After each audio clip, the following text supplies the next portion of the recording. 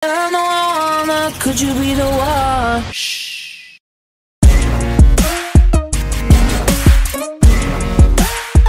Good, good. Good, good. Could you be the one?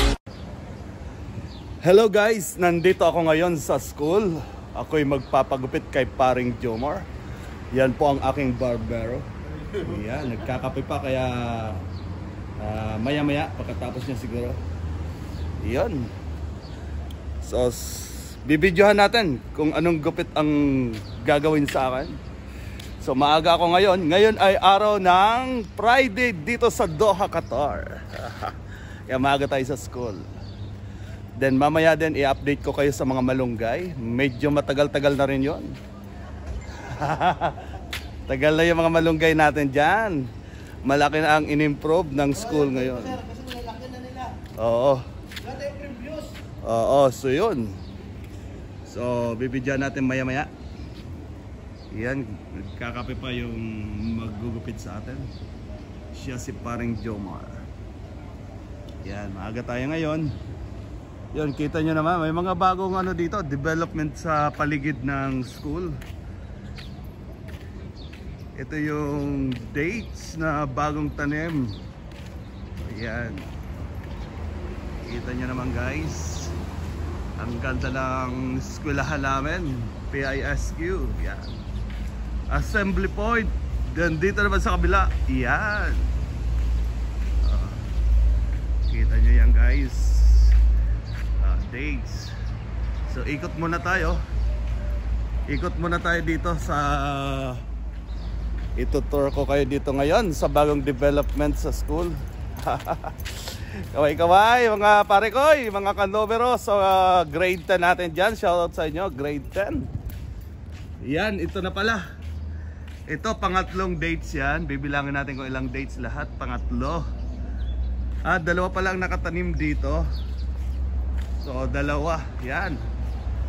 So, yun yung una. 1. Okay, samahan niyo ako guys. 1. Then 2, 3. Yan. Then ito pang-apat yan. Madadaanan din natin yung malunggay. Yan. Malaki na. Then itong isa. Ito yung isang malunggay natin dyan. Ang tangkad. Dapat niyang putulin na para wag masyadong tumangkad. Then punta tayo dito guys. Medyo matagal-tagal na rin di tayo nakakaikot dito sa mga pananim dito sa eskwelahan namin. So samahan nyo ako. At kayo'y mag-enjoy kakapanood dito. Sana nga mag-enjoy kayo. So update lang. Then lalo na doon sa mga online student natin, bihira kayong magawin dito sa school. Ito na ang eskwelahan nyo. Yan.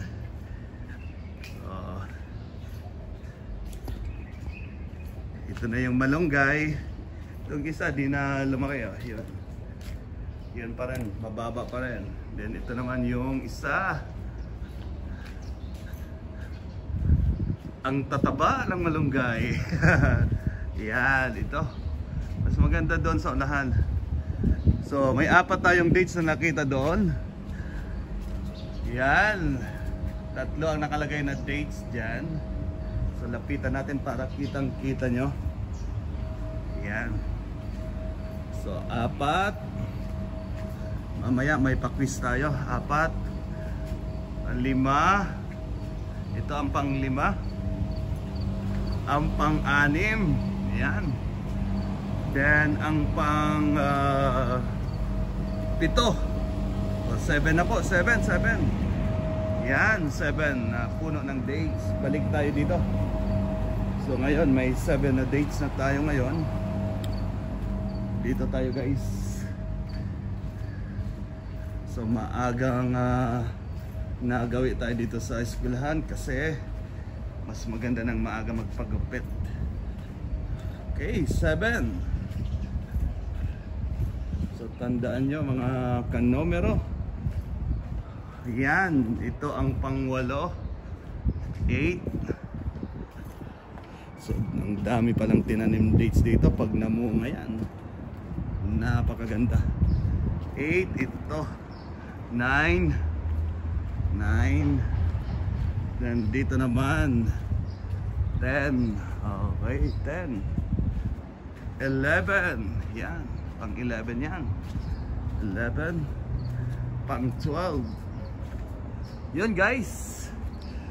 Meron tayong 12 puno na ang dates. Pero ngayon dito na tayo dadaan. Ito guys, ano yung masasabi nyo dyan? Ano ang tawag natin dyan guys? Ang ganda ng pakulay. Ang pakulay. So dito tayo dadaan sa may gate 1. Nandito tayo kaya sa gate 1. Yun. Ito po ang gate 1. Yan, gate 1. Gate 1. Yan naman ang bahay ni Parang Eugene at Paring Pau Pau. So sige guys, dito muna tayo. So samahan nyo ako, nag-iikot lang tayo. Ang daming puno dito sa PISQ. Kita nyo naman mga punong yan. Yan. So palibot po ang mga punong na nakatanim dito sa eskwelahan namin. Yan, pwede nga mag-ihaw-ihaw pala. Ang daming ano doon. So yun guys, umikot lang tayo. Yan, dito tayo ngayon.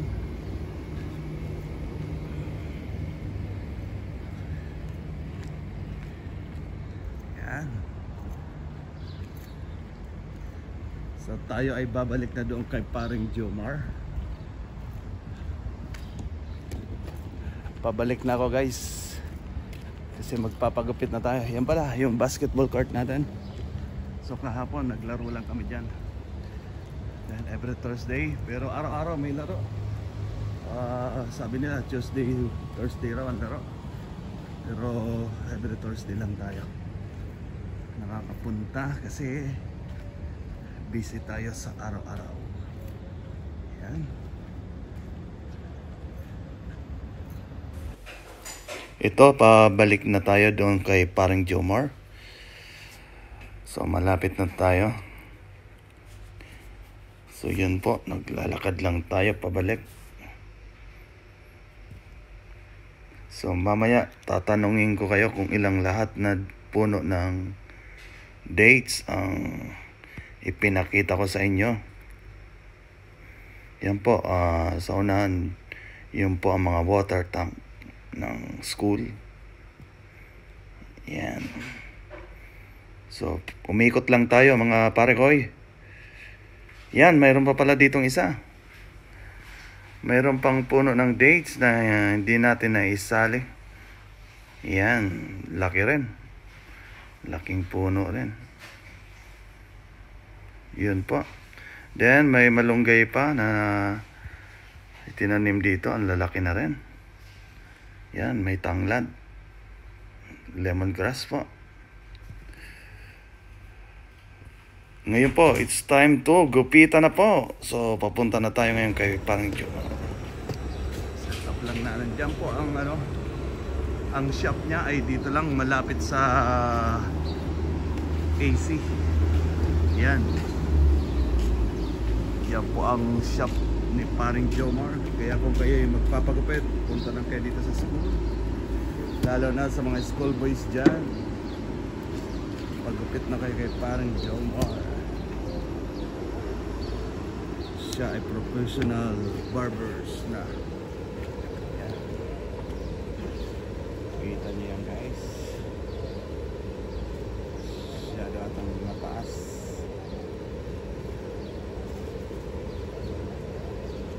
Adjust mo na lang pare kung paano ang magiging arrangement natin ng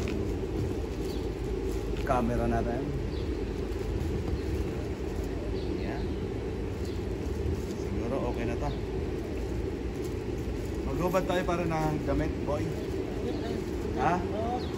Ha? Oo. Oo? Sige, next. pa ako doon. Pwede rin magubad. Pwede rin.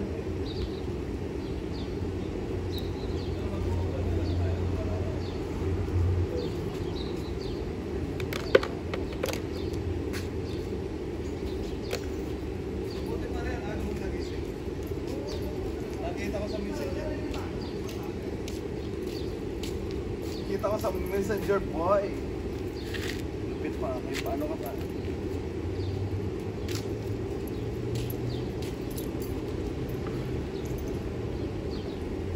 Ay, parang nabigyan ka na naman ng bagong shoes. Ha? Nabigyan ka na naman. Si Normal binigyan? Oo. Lapit ah, ako na lang di binibigyan niya ano? Hindi ko naman kasi nag-ano, si Eugene. Si Eugene kasi mayaman naman eh. Hindi si Eugene nabigyan? Mayaman naman na si Eugene. Mayaman si Eugene. Hindi na binigyan. Lupit yan. Boy, tingnan mo kung okay sa'yo ang view natin. Ang view malupit boy, tingnan mo muna. Baka nakukuha lang yung leeg natin. Ayun, ang ganda. Pwede na. Pwede na, adjust mo. Pwede mong itaas, pwede mong ibaba. Yung ganyan-ganyan. Ayan ang ganda. Okay na? Oo. Medyo may mga kasama tayong ulang. Ha? Hello guys! Para kay Sir Marco, ito na yung breakfast.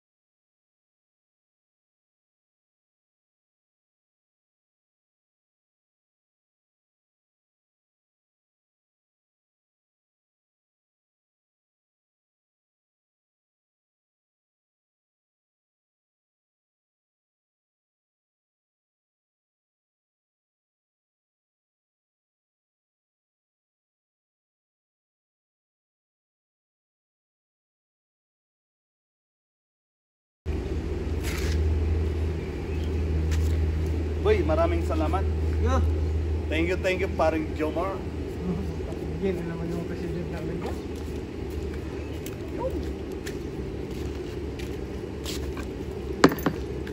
So dyan po nagtatapos ang aming gupitan. So abang-abang na lang at i-upload mamaya. Ako na po bahala magwalis dyan. Hello guys, ito tapos nang tayong gupitan. Yan po ang finished product ni paring Jomar. Kita nyo naman. Ano ang rating na maibibigay nyo kay paring Jomar sa gupit niya? So katatapos lang guys, pasensya na kung nakahubad si sir. So yun talaga, kinakailangan maghubad para yung mga buhok ay di kumapit sa ating damit. Yan, ito si paring Jomar. So tinatanong ko sila pare kung ano ang rating nila para sa gupit mo sa akin. Oo, sige. Yan. So mag-comment lang kayo kung okay ang gupit ni paring Jomar. Then doon sa mga estudyante namin na gusto magpagupit, tumawag lang sa number ni Sir 8. Then kayo ay dadalhin ko dito sa school. Meron pa kayong pamassage. Iwas pa kayo sa COVID. Walang COVID dito sa PISQ. Guys, sa mga estudyante na gusto dyan magpagupit, kung okay sa inyo yung gupit ni paring Jomar, dito lang sa school. Okay? So, pinopromote natin ang barbershop ni paring Jomar dito. Okay? Sige, hanggang dito na lang.